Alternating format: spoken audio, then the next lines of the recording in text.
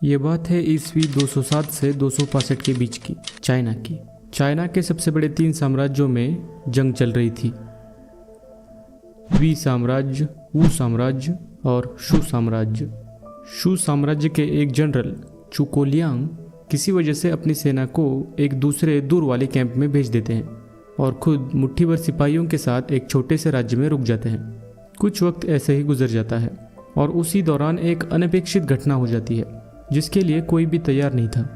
एक दिन लियांग का पहरेदार उसके पास आता है और उसे बताता है, मालिक, कुछ सिपाहियों ने कहा है कि आपका दुश्मन सीमा ई बड़ी तादाद में सेना लेकर इसी शहर की ओर आ रहा है। कितनी बड़ी तादाद? लियांग पूछता है। पहरेदार कहता है, लगभग 1.5 लाख।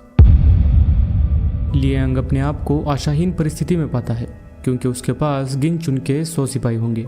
पहरेदार की बात सुनकर आसपास के लोग डर जाते हैं और उन्हें ये लगने लगता है कि उनका नामचीन लीडर अब पकड़ा जाएगा।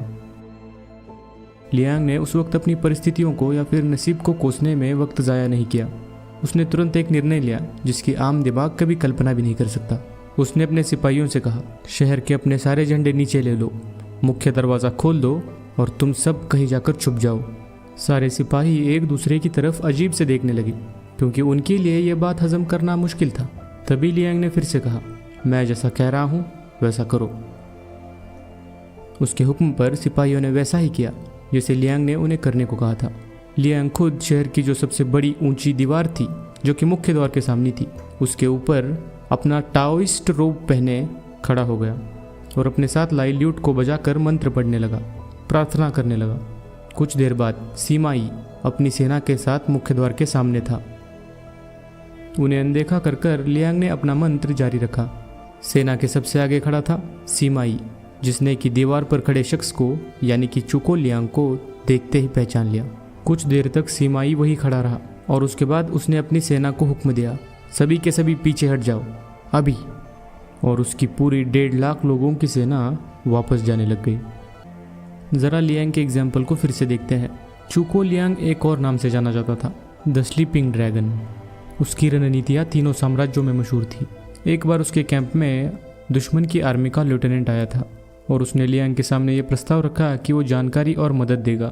लियांग तुरंत ही समझ गया कि ये एक चाल है और लेफ्टिनेंट एक भगोड़ा है। लियांग ने उसका सर कलम करने का आदेश दिया और बिल्कुल आखिरी मिनट पर रोक दिया। अपने जान के लिए कांपते हुए लेफ्टिनेंट के सामने अब लियांग ने प्रस्ताव रखा, अगर तुम हमारे लिए काम करोगे तो तुम्हारी जिंदगी बख्श दी जाएगी। वो मान गया और लियांग की तरफ से वो दुश्मनों को गलत जानकारी देने लगा। इसे एक रणनीति पर उसने कई सारी लड़ाइयाँ जीती। एक और वक्त की बात है, लियांग ने एक बार मिलिट्री सील चोरी कर ली और उनसे नकली कागजात बनवाए जिन पर सेनाओं को दूसरी जगह पर जाने का फरमान था। ये कागज़ उसने दुश्मनी दलों में भेज दिए। कागज़ों पर मिलिट्री सील होने की वजह से सैनिकों ने भी उस पर यकीन कर लिया और वो शहर से दूर चले गए। उसी वक्त लियांग ने उस राज्य पर काबू करके नियंत्रण हासिल कर लिया।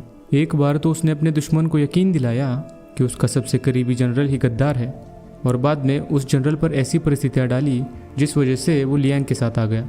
स्लीपिंग ड्रैगन ने बड़ी ही खूबसूरती से पूरे चाइना के अंदर सबसे होशियार जनरल होने की प्रतिष्ठा बनाई थी और लगभग हर दुश्मनी जनरल इस बात से वाकिफ था। वक्त के साथ साथ लियांग ने अपने नाम को एक हथियार बना दिया। सिर्फ लियांग का नाम ही काफ़ी था उसके दुश्मनों में खौफ बनाए रखने के लिए। अब वापस चलते हैं उस वक्त जब सीमाई अपनी 1.5 लाख लोगों की सेना के साथ चुको लियांग के सामने था। सीमाई चुको लियांग के साथ कई बार लड़ चुका था और वो लियांग की काबिलियत को अच्छे से जानता था और इसी वजह से जब लियांग खुले शहर में खुले मुख्य द्वार के सामने बिना किसी सिपाहियों के साथ प्रार्थना कर रहा था तो वो उस दृश्य पर यकीन नहीं कर पा रहा था। सीमाई को ऐसा लगा कि हर बार की तरह ये लियांग की कोई चाल है और लियांग चाहता है कि मैं उसके झांसे में आ जाऊं। परिस्थिति ऐसी बन चुकी थी मानो लियांग सीमाई को उकसा रहा हो कि तुम अंदर तो आके देखो, लेकिन असलियत बिल्कुल अलग थी।